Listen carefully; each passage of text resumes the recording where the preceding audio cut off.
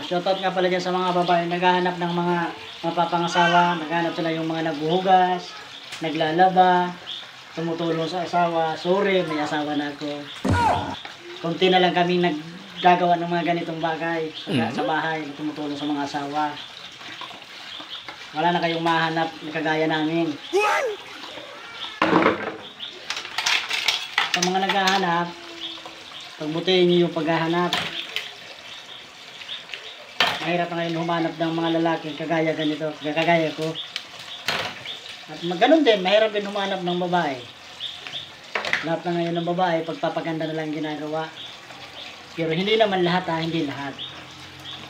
Hanapin yung mga pangasawa nyo sa mga babae na marunong sa bahay. Hindi yung pumapasok sa ibang bahay.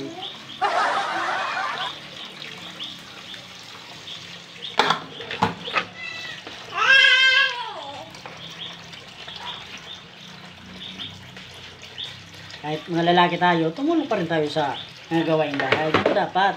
Kasi ang mag-asawa nagtutulungan. Hindi naman pwede. Porkit nakapag-intriga na ng pera, bahala na yung asawa sa bahay. Pangit na yun. Dapat, habang nag-intriga ng pera, kapag-intriga, kahit hindi ako nag-intriga, ako yung iniintrigahan, tumutulong pa rin tayo. Ganun ang mag-asawa. Hindi nagdudugasan ng pera. Nagtutulungan, hindi naglilihiman sa pera. Kasi ang mag-asawang naglilihiman ng pera, walang kwenta. Yan ang tandaan nyo ha. Dapat pareho ang utak nyo. Kung saan ang isa pataas, dapat pataas din isa. Kaya dapat pareho kayo pataas. Pag ang isa nasa baba, yung isa pataas, malabo. Malabo ang tagumpay nyo.